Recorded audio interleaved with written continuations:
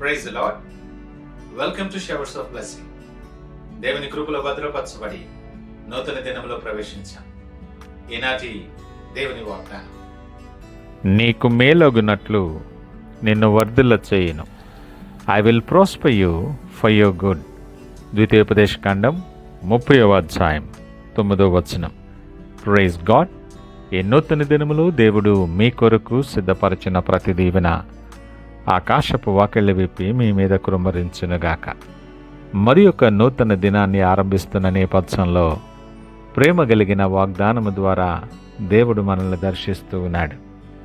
ఈ ఉదయకాలము వాక్యం కేవలం ఆశీర్వాద వాక్యమే మాత్రమే కాదు కానీ దేవుని హృదయములో మన కొరకు దాగి ఉన్న ప్రేమ యొక్క ప్రకటనని గమనిద్దాం.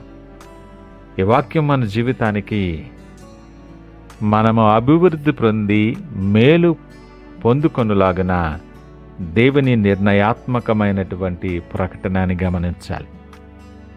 ఈ అధ్యాయంలో ఇశ్రాయేలీలు దేవుని మార్గము నుండి తొలగిపోయినప్పుడు మరల తిరిగి వచ్చి ఆయనను సంపూర్ణ హృదయముతో సేవిస్తే దేవుడు వారిని పునరుద్ధరించి ఆశీర్వదిస్తానని ఇచ్చిన వాగ్దానం. ముఖ్యమైన విషయం ఏంటంటే దేవుని వాగ్దానం నిన్నటి వారికి మాత్రమే కాదు, ఈ వాక్యం వింటున్న మీకు నాకు ఈరోజు కూడా అది వర్తిస్తుంది. వర్ధిల్ల చేయును అన్న పదం అనేక రెట్లుగా నిన్ను విస్తరిస్తానని, అభివృద్ధి చేస్తానని, సరిహద్దులు లేనంతగా నిన్ను పెంపొందింప చేస్తాననే భావన కలిగి ఉంటుంది. దేవుడు మాట్లాడుతున్నాడు, నీ శారీరక స్థితులను మాత్రమే కాదు, నీ ఆత్మీయ జీవితంలో, నీ కళలు, నీ భవిష్యత్తు, నీ ఆర్థిక పరిస్థితి, నీ సంబంధ బాంధవ్యాలలో, అన్ని అంశాలలో, నీ ప్రతి అడుగులో నీకు మేలు కలుగునట్లు దేవుడు నిన్ను వికసింపచేస్తాను, వర్ధలింపచేస్తానని దేవుడు నీకు వాగ్దానం చేస్తున్నాడు. గడిచి వచ్చిన దినాలలో, గడిచి వచ్చిన మార్గములో ఎన్నో ఒడిదుడుకులు ఎదుర్కొని ఉండొచ్చు. ఎన్నో అననుకూల పరిస్థితులు, శోధనలు, శ్రమలు నీ చుట్టి ఉండొచ్చు. నీకున్న అనేక ప్రశ్నలకు సమాధానం దొరకక నువ్వు కృంగిపోతున్న నేపథ్యంలో ఉండొచ్చు. ప్రతిదినం ఒక భారముగా నువ్వు గడుపుతూ నీ జీవితాన్ని కొనసాగిస్తూ ఉండొచ్చు. దేవుడి దినాన్ని నీకు ఇస్తున్న వాగ్దానం నీకెంతో ఆదరణ కలుగు చేస్తుంది. ఈ వాగ్దానం వినటానికి చాలా ఆదరణగా ఉన్నా మనసులో ఒక ప్రశ్న ఉంటుంది, ఈ వాగ్దానం నాకు వర్తిస్తుందా?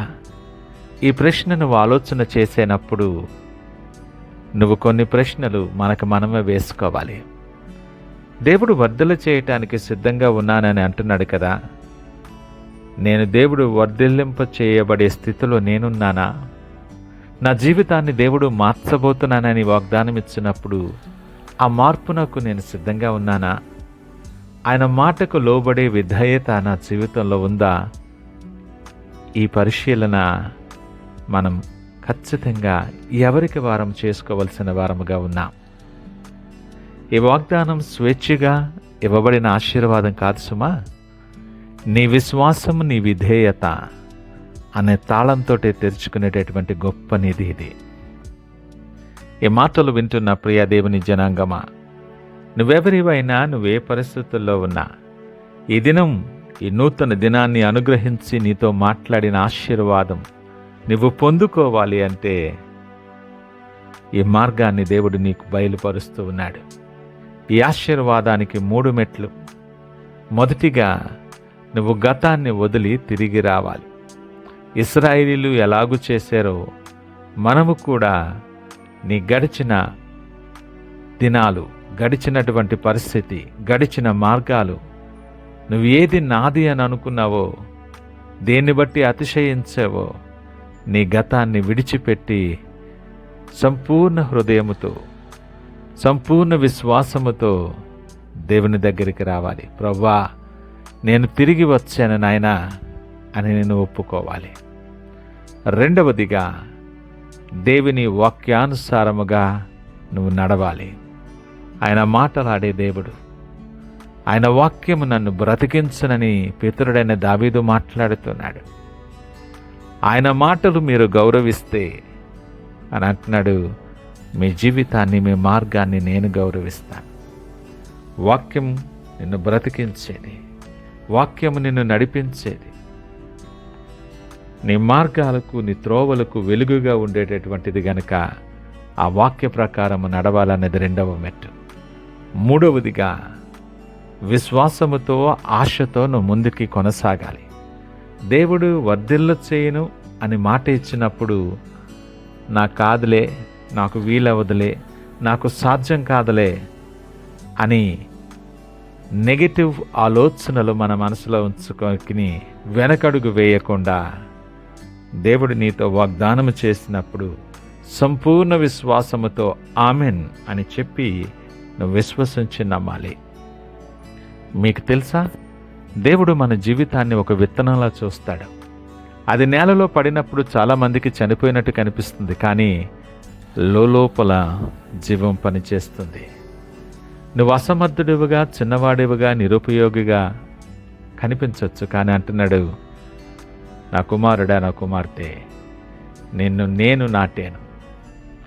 నీ మూలాలు బలపడుతున్నాయి, నీ వేరు బలపడుతుంది.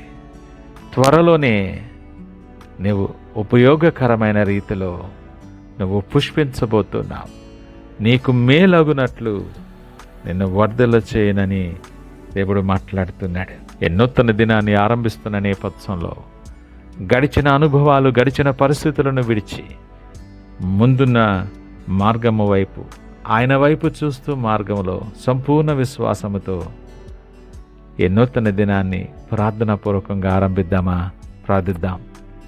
మహోన్నతుడు, నమ్మకమైన మా యేసయ్య, స్తోత్రాలు, వందనాలు. గడిచిన దినాలు చాలా చేదు అనుభవాలు మిగిల్చాయి ప్రభువా. నిరాశతో, నిస్పృహలో ఉన్న నాతో ఈరోజు వాక్యం ద్వారా నాతో సూటిగా మాట్లాడారు. నాకు మేలు కలుగు చేయే గొప్ప దేవుడు నాకున్నందుకు మీకు వందనాలు తెలియచేస్తున్నాను. నేను ఇక మీదట నిరుత్సాహములో కాక నిరీక్షణలో నిలబడే కృప నాకు అనుగ్రహించండి. నీ వాగ్దానంలో నా పాదాలు, నా అడుగులు స్థిరపరచండి.